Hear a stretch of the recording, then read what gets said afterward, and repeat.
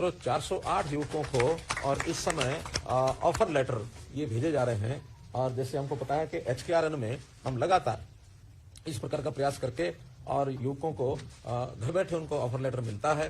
केवल एक data bank हमारे पास है, उस डाटा बैंक में उनकी जो क्वालिफिकेशन है और उनका जो एक्सपीरियंस है या अन्य जो शर्तें इसमें हैं वो लेकर के उनको एक रैंकिंग दी जाती है। उस रैंकिंग के आधार पर higher the rank sooner he will get the offer letter, लेकिन उसकी क्वालिफिकेशन रिक्वायर्ड है वो होनी चाहिए। तो आज जो 408 किए जा रहे हैं इसमें लेवल 2 और लेवल 3 इसके किए जा रहे हैं। लेवल 1 अभी नहीं किया है। लेवल 1 का इनके होने के बाद जो ये ज्वाइन करेंगे, अगर मान लो इनमें से ये ज्वाइन नहीं करते हैं और हमारे पास इस प्रकार के लोग नहीं है तो फिर बची हुई जो जगह है वो लेवल 3 वालों को भी हम देंगे। लेवल 3 लगभग 2800 हमारे पास इंडेंट्स हैं जिसको अगले किसी भी चरण में 2800 लोगों को वहां भी देंगे।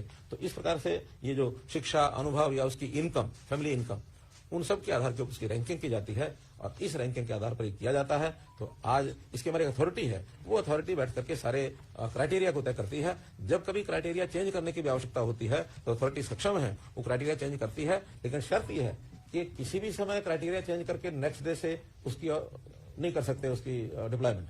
जो अथॉरिटी चेंज करेगी उसको पब्लिक किया जाएगा और उसके 3 महीने बाद उस चेंज कंडीशन के आधार के ऊपर भर्ती होगी, ताकि किसी को यह न लगे कि किसी को अचानक लाभ देने के लिए पर यह किया गया है। उसके बाद भी 3 महीने तक पुरानी शर्तों पर ही चलेगी। तो ऐसा एक ट्रांसपेरेंट सिस्टम ये बनाया गया है।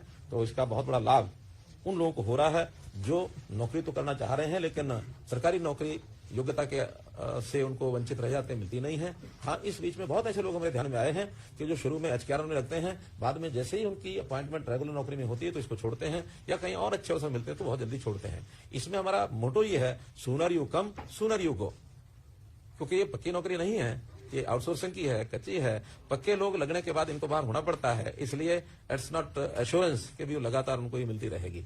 जब तक और नहीं कोई आता है, उनकी रैंकिंग हायर रहती है, तब तक ये उसमें लगे रहेंगे। तो इस प्रकार का एक ये भी इनको सब प्रकार की सुविधाएं भी दी जाती हैं, EPF, ESI, labour welfare fund की वो सब सुविधाएं।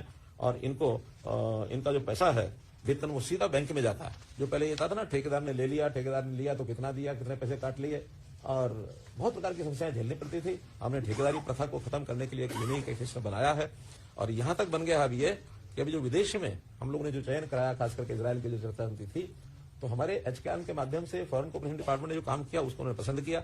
और बाकी प्रदेशों के जो लोग आए हैं, जो वहां के वो जो क्या पार्टनर होते हैं, ट्रेनिंग पार्टनर, उनके माध्यम से आए तो बहुत सी शिकायतें उनको मिल गई कि पैसे लेकर के वो भेज रहे हैं। उन्होंने सबको रिजेक्ट कर दिया और केवल 250 लोग अभी हरियाणा के लगभग 250 हैं जो सिलेक्ट होकर के ट्रेनिंग लेकर के जाएंगे। अब हमारे मेथड को ही वो प्रेफर कर रहे हैं। हो सकता है बाकी प्रदेश भी इसी हिसाब से और आगे बढ़ेंगे, क्योंकि ट्रांसपेरेंट तरीका ये है।